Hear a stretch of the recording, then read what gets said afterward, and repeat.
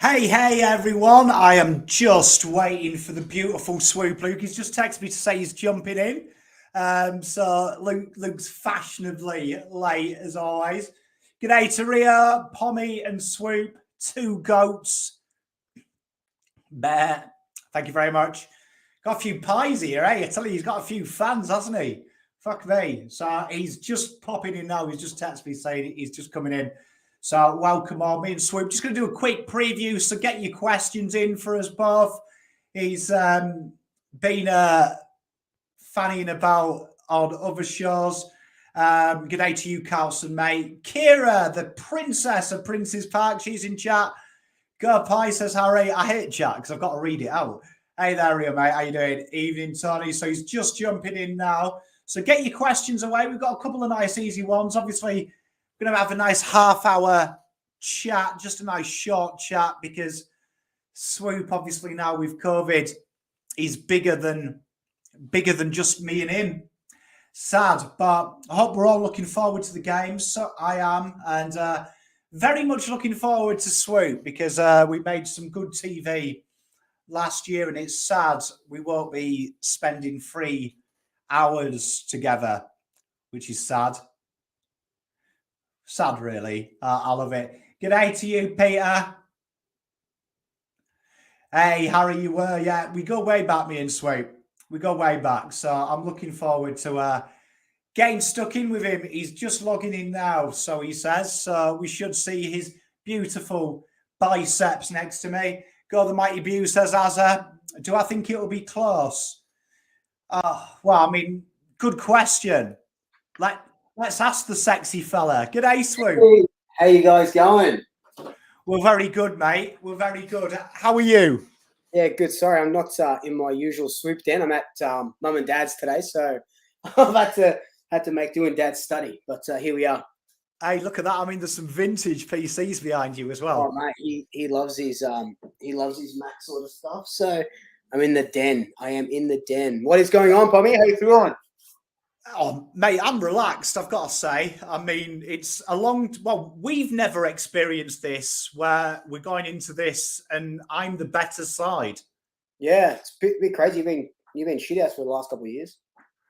It's a weird feeling though for me because usually I'm having to sell my team to you. Yeah, so you guys got a little bit more to lose on Sunday than we do. Well, I mean, unfortunately, the only thing that has changed is the ability of my football team. I still run my mouth, so I always have something to lose. That's true. How are you feeling going into this? Obviously, I don't think it's arrogance of me saying my side is better. I think the ladder says that, but is it different for you? How are you feeling, honestly? Yeah, I think I said it on Twitter that it does feel a little bit different now, and I said in my preview as well that you guys are actually good this year. It like you said, the ladder dictates where you are in top 4, and you guys haven't had a whiff of that for what 10 or so, probably over 10 years. So now you used to come to play, and we're the ones behind you guys. So it's a different dynamic, that's for sure.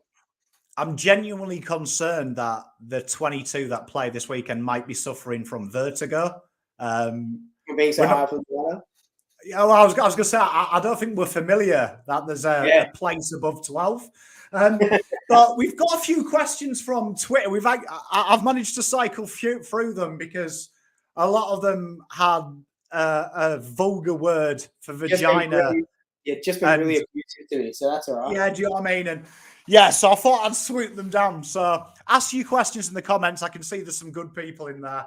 But this one's for you from Timmy W. He's a good Carlton fan. He's got his face as well in his profile, so you'll like that. He asked Darcy Moore on Charlie. Has he learned a lesson from Tom Lynch and playing zonal, or will he play one-on-one? What are your thoughts about the Moore Kerno matchup? So Darcy learned his lesson halfway through that Richmond game. Let Lynch kick 5 goals. And then Lynch kicked 1 goal after that and a handful of touches. I think he played on Norton for a little bit, only kicked 2 or something goals, and then kept Taberner. Freo brought in Taberner to win the game because he's their biggest scoring sort of guy there, their big full forward, and Darcy kept him to to nothing. So after that, incrementally, he learns his lesson. Like I was telling Terry on the preview, we don't have a fullback, and Darcy has been forced to play that fullback role, and Jeremy Howe. So it's going to be interesting. It really is. But I've already conceded that Curnow is going to kick 3 to 5 goals. So Right, hey, well, you're welcome on the show whenever you want. You are. Yeah. Bit of banter here. I don't know if you saw my video. I redid your song. I gave you the Mickey Mouse theme track. Yeah, that's pretty funny. It's all good. Swoop, we've got a question here. This has been asked a lot. We always have a bet. Now, I know you've hoard yourself out, and I think you've got some bets elsewhere. Mm-hmm. Are we having a bet this year? Yeah, we can have a bet. I haven't thought of anything. Did you want to do? I saw that someone posted up that picture of me in the Carlton profile picture. Do you want to do a week profile picture on all socials? Yeah, go on then. Yeah, I'll let you choose the terms. It's usually me who does the terms because I'm on the underdog. So I'll let the underdog see what he's willing to sacrifice. Nah, so we'll just do. So I think last year was the jersey, right? It was, yeah. For a preview, we won all with that. Yeah, so we'll just do. We'll change social media pics. I've got that Carlton one that one of your lovely fans made, and I'll make you a schmick one as well if we win. Oh, I appreciate it. Thanks very much. Timmy P here, Roughhead would have been a good addition. Obviously, you said about how. How do you think that's going to work? Because obviously you're probably lucky here because Carlton aren't very tall. Who do you think Howell will take in that forward line? Is that a job for JSOS, do you think? Yeah, it's a weird one. Like I've been saying, it's just Howell and Darcy. We know they're just not one-on-one. I know as much as a defender you want to be, the modern game has kind of gone away from that. To a degree, there is still some really good ones, and I will concede, like I did with Terry, Wiedering is a really good one-on-one defender. But Darcy Moore just doesn't play like him, and Howe doesn't. I think it's going to be more of trying to intercept Curnow and Silvani than it is going to be trying to stop them one-on-one, because you're not going to stop Curnow. Maybe Silvani one-on-one, but Curnow, you're not going to stop him one-on-one. It's going to be either stop the delivery or have someone fly over the top, like a Darcy Moore, like a Howe would, or a Nathan Murphy even, because you're not going to one-on-one contests. They're just going to win every single time.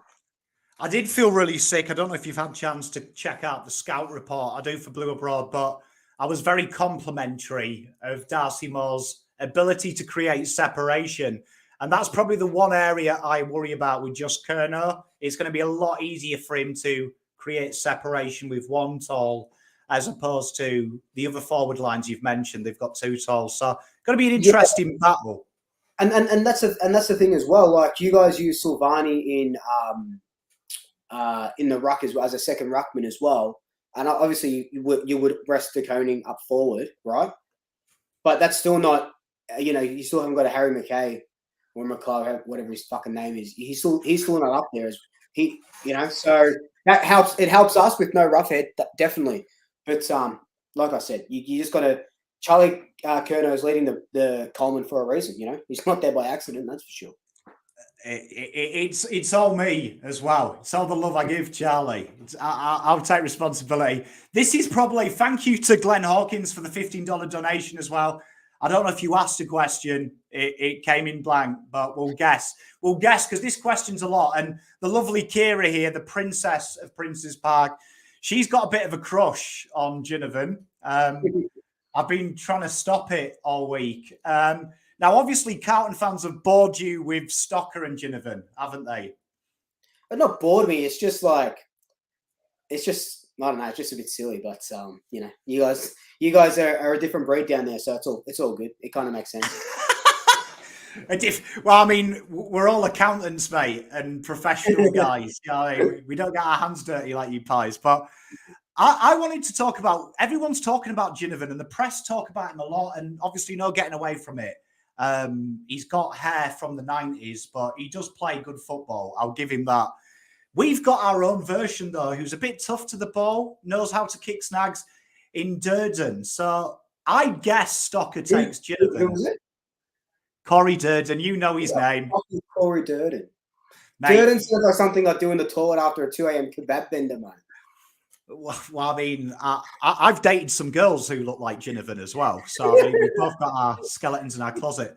But what obviously Carlton's forward pressure has been immense. It's been a big part of our game. Now, obviously, you'd imagine that Quaynor, I guess, takes Durden, who likes to go up the ground like Ginnivan. We've got Stocker versus old Ginnivan. What are you thinking of that?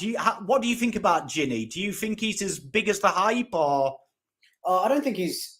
I think the hype kind of speaks for itself when he's averaging 2.5 goals a game. You know what I mean? So that's elite according to champion data. So you know, if it's going to be rare for him to be kept goalless on the sort of rise that he's in. If he can kick 2 goals, I think that'll be his job done.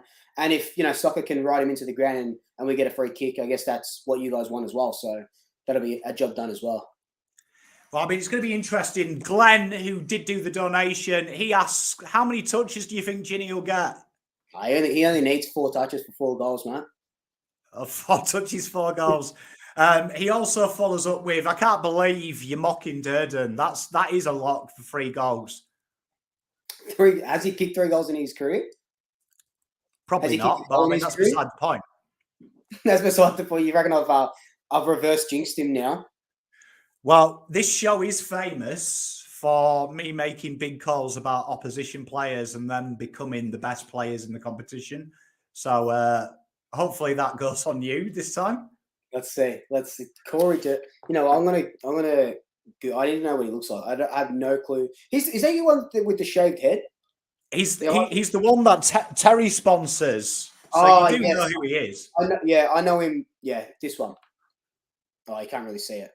Yeah, that's the one. Yeah, that's him. Very pretty young man. Good jaw. Yeah. Damn, jawline for fucking days. That's for sure. Mate, I tell you what, he won't be single on Tinder for too long. Obviously, I want to talk about the mid-battle. Obviously, is going to be an exciting one. It always is with us. Even when we were rubbish, it's always a bit of a scrap. There is a feeling between them. I want to talk, though, about reserve ruckman. Obviously, both of us are probably 2 games away from you and me being in the ruck for our teams. But Tyler Brown versus Jesus, I think is going to be a really interesting battle.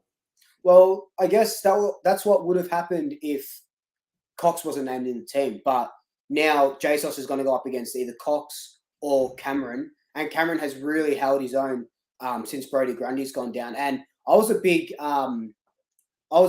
guy that was like Cox over Cameron. But Cameron has done his name so well these last few weeks, holding it against Darcy last week.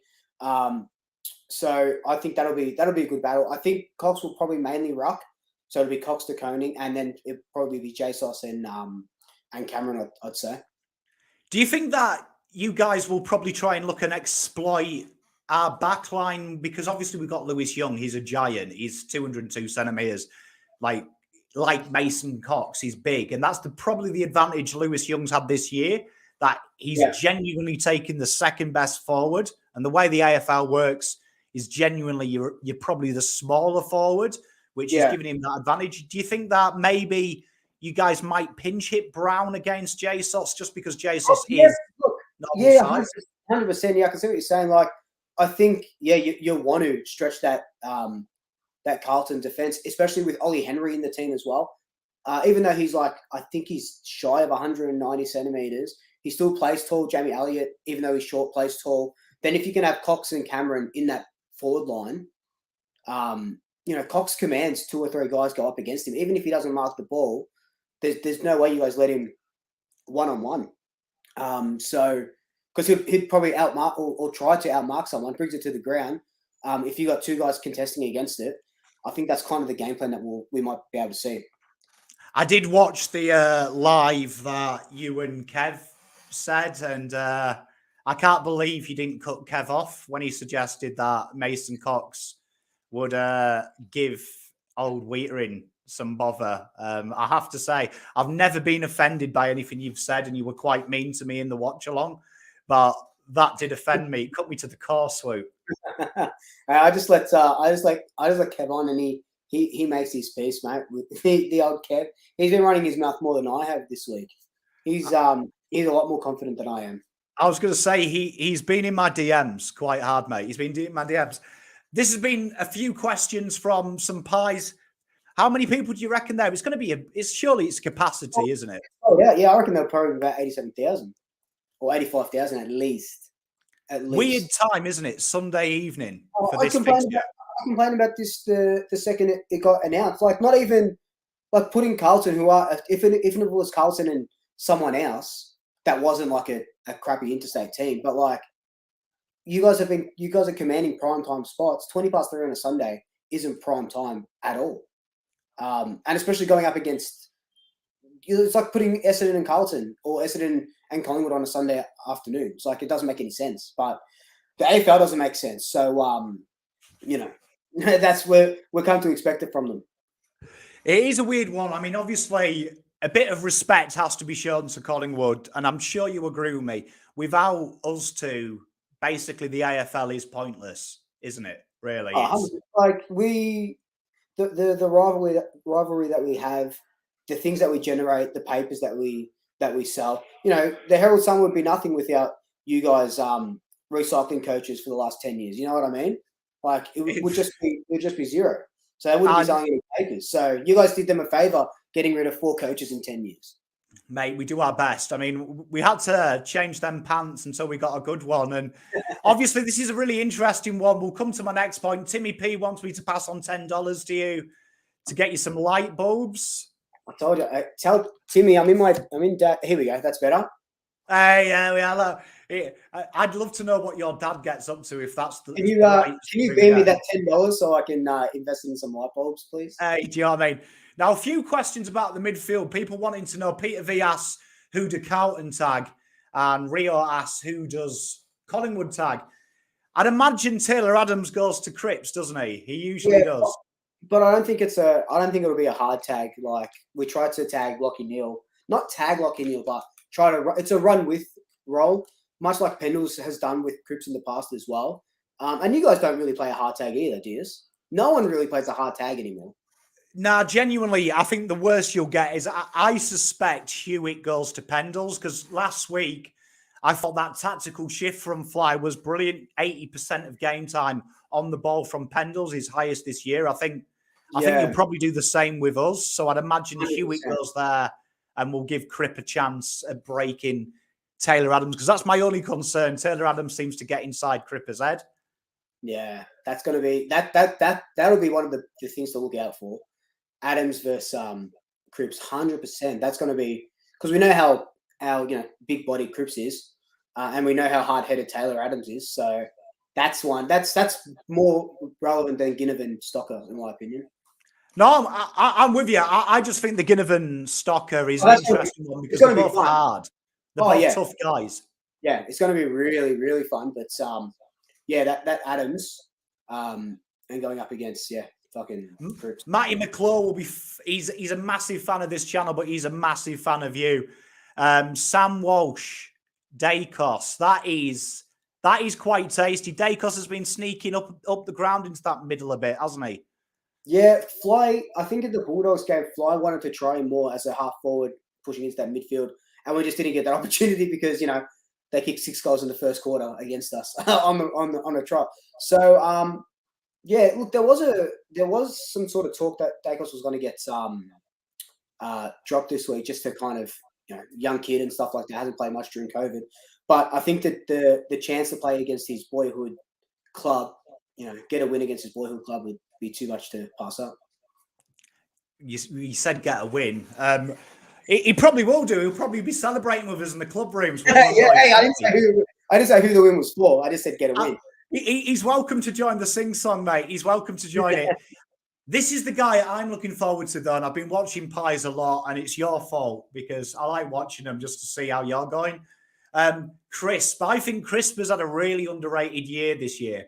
He has. He's probably he'll probably go back to back on our Copeland Trophy as well. He just leads by example. Look, albeit he's not that clean with the ball, and you've probably seen it. He's but what he does do is he breaks the lines. He provides that, those inside 50s, gets his hand on the ball, and he can generate that sort of play out the back line. Won't kick, he'll only hit 7 out of 10 targets, but at least you know what you're getting when you give Chris the ball. I think it's going to be an interesting battle, because I thought last week was probably a good preparation for you guys against us, because we're going to be a possession-based side. I think it's a beautiful game because you guys play that real fast brand football, very direct. You don't take the piss. It's very like Pep Guardiola versus a Sir Alex Ferguson mantra. You guys like to counter-attack. You don't mind not having the ball. You'll just go, where Carlton like to control it and have it on their terms. So I think Crispy's going to be that guy that could change the tempo very quickly. And Isaac, excuse me, and Isaac Kleiner as well. He does that. He does that a lot. You give him ball in hand in the half back line, and he will run for days because he's a quick boy. IQ. He's very good, is old Quainer. I'm a big fan. Now, this is one that'll get us excited. In our lifetime, will we see a Blues Pies final? Fuck, if we did, the internet would explode, that's for sure. Well, I can tell you, I won't be doing a watch along. I'll be sat in a private box with Swoop Luke, and we'll do it live from there.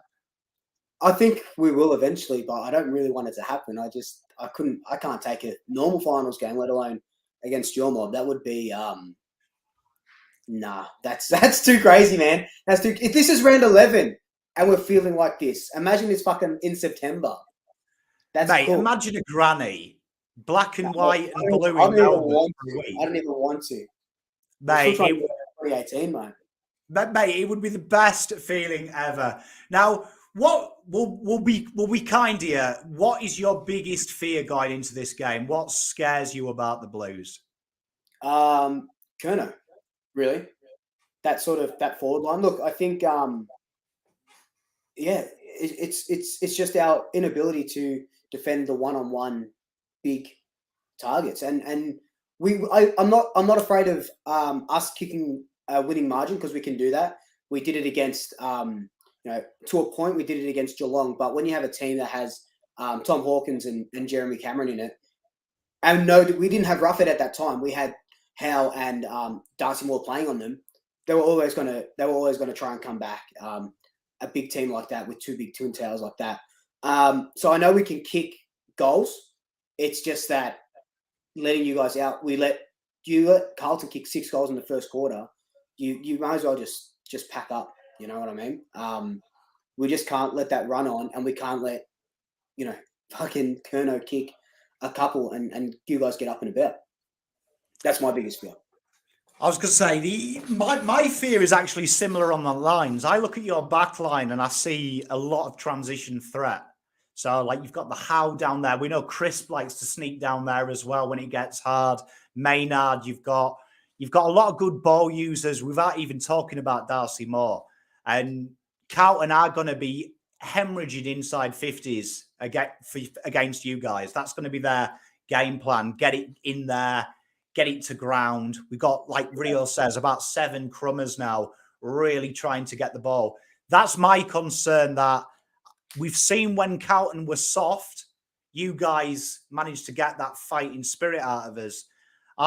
My only fear is if it gets real intense, we have that little fisticuffs, the boys start getting distracted by that and start layering it inside 50, which is our weak area at the moment. We get hurt on transition when we get too bullish. That is my concern, because I think your back line looks easy to beat on paper with our players, but your skills really do say if Carlton aren't hitting targets, we are giving you opportunities to score. Yeah. Do you think, I think I was talking to Terry about this as well. What's your perception of when you guys get out to a 6-goal lead? I feel like you guys just put your foot off the accelerator a little bit, like Sydney did. Or the game's over at that point, because if you're going to waste energy kicking 8 goals, it's going to be hard. But we saw Sydney kind of like you said, on the transition, they were breaking your lines. You guys, towards the end of the third quarter, kind of in the fourth as well, you were slowing out of that forward line when they were coming out of there. Is that of concern for you as well? I know it's hard to say you're concerned about getting up a 5-goal lead, but is that something that is in the back of your mind? I think it's something that is, in my honest opinion, not putting bravado. I think it is development. I think this side has gone from, at the start of the season, the 22 that played had an average 29% win ratio. So I think you've got to look at it in that avenue that these guys don't know how to win, first and foremost. It's something that has got better in the last 4 rounds as they've got that. But I look at Richmond as the model. Richmond were very like this in 2017. Went from getting battered all the time, but couldn't quite work out gear 3, the new gear 5, and the new gear 1 really well. But gear 3 was, how do you play this way with the ball? And it took them the next year where they really started to ball that second quarter out, start fast, finish strong. And then second and third quarters were kind of nothing quarters. So I think Carlton have got the right way because we've done it ourselves. We can get back into the game when we were shit. Yeah. But then it was hard to get ahead because you burn so much energy. I do think when we're shit in game, we don't use much energy, which is the good thing. We kind of just stop playing. So we always have that next bit in the tank. Yeah. So it is a worry. I'll worry more, though, if it's this stage 2023 and Voss hasn't worked it out. But I think it's normal. So another question. How many goals do you think Ginnivan will kick tomorrow? How many what? Goals do you think Ginnivan will kick tomorrow? I reckon he's one of them players a bit like Rochelle, that if we can kill him, like we did Toby Green early doors. And Toby Green, I think he kicked 1 goal, which was a gift from a free kick from the umpire. I think we can negate him and he'll have a low scoring game. My fear with Guinea is a bit like Rochelle and Green. If he gets up and about early, he starts dropping deep outside of 50, Carlton start reacting to it, which we have done this year when players take marks out of 60. He could have a 3 or 4 goal game, but I'm going to say he gets 2. I reckon he'll get a jump time goal. And usually a free kick goes quite early for Carlton to a small. We like punching you in the back of the head. If he kicks 4 and over and we win, would you dye your hair blonde? Yeah, fuck it. All right, you heard it here first, man. That's big because you must be really confident if you said yes to that. Okay, well, what are you going to do when Durden kicks 4? What do you want me? What do you want me to do? Navy blue. I can't blonde my hair more than it already is. Dye it navy blue. Dye it navy blue. If Durden kicks 4, if Durden kicks 4, I'll dye it navy blue. All right, done. All right, cool. Done. Tell you what, we've got a massive bet here. Tell you. I can't wait till Guinea and Durden going into the 4th are on 3 each. Fucking hell. Do you know what I mean? I'm going to be calling favours, getting messages to Voss. Like, I want 8 people on Guinea at all times. I'm going to see who I can message to put Durden on the bench in that in the first quarter, mate. And before we wrap up, give us your predictions. Pies by 15. Genuinely, I think Collingwood are going to win on Sunday. And look, it's because I'm also a Collingwood supporter. I'm not going to come here in front of however many viewers you've got and say, "Oh, I think Carlton are going to win," because I do think the Pies will win. I think if it would be a different game if we didn't beat Fremantle last week in the wet in Perth against the top 4 side. We did a lot. We did a lot of damage. 60 inside 50s, 90 tackles in the wet, 36 points. That's huge. So I think that gave us a lot of credit to go into this Sunday's game. I think it was a good win. I do think, though, you've got to remember that Fremantle are about as reliable as pasta in the wet. Do you know what I mean? And we all know what happens to pasta when it's wet. So, I mean, I'll give you credit because we couldn't do that. I will give you credit, but I do think if that was dry, it would have been a different game. Oh, and if wet and dry is a big difference. We all know that. I suppose It's always a different game if it's dry, mate. Well, I mean, I might break your heart here. The fans, I think this could be Carlton by 45 plus. No fucking way. I honestly, this is not bravado. I just think that midfield has got, even with Darwin, it's so strong. And we've seen better midfields crumble to them boys. Do you think Kennedy's a big loss out? I think he is, but I think what he's lucky, those who watch the content know that Kennedy has pretty much got the same role that Dow has in the VFL. Their numbers are almost identical, and it's something that you can see Voss has forced on Dow to improve his defensive creativity. I think it changes the role a bit, but I think it helps in the terms of he's got a bit of line breaking speed, which is probably the one question mark about Carlton's midfield. It doesn't quite break lines like the traditional midfields. Kennedy doesn't have that pace. He brutes his way through, as does Cripps. I think it's an exciting prospect. I'm looking forward to seeing Dow being gifted from Hewitt. I think Hewitt is huge to Carlton's system. Yeah, yep. Hewitt. Look, you guys made really good signings, and it's a testament to where you are now. And like I was saying to Terry, it's just like and we were talking about tagging earlier. You guys, your midfield is just like Hydra at the moment. You know, you can't cut one head off and two sprout up.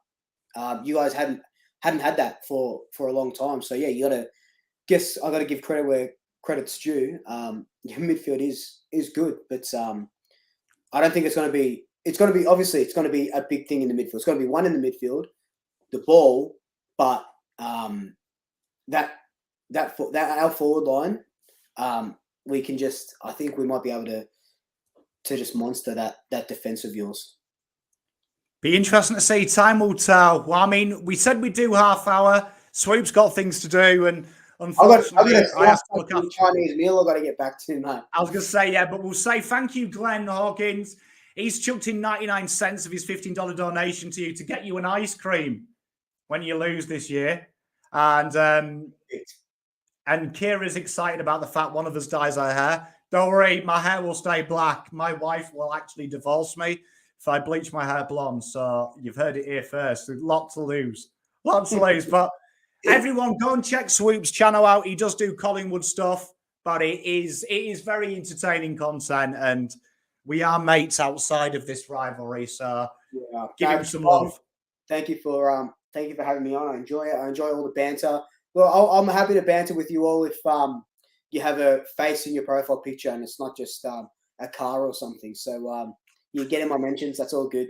But as long as you're not a car, it's we can have some banter back.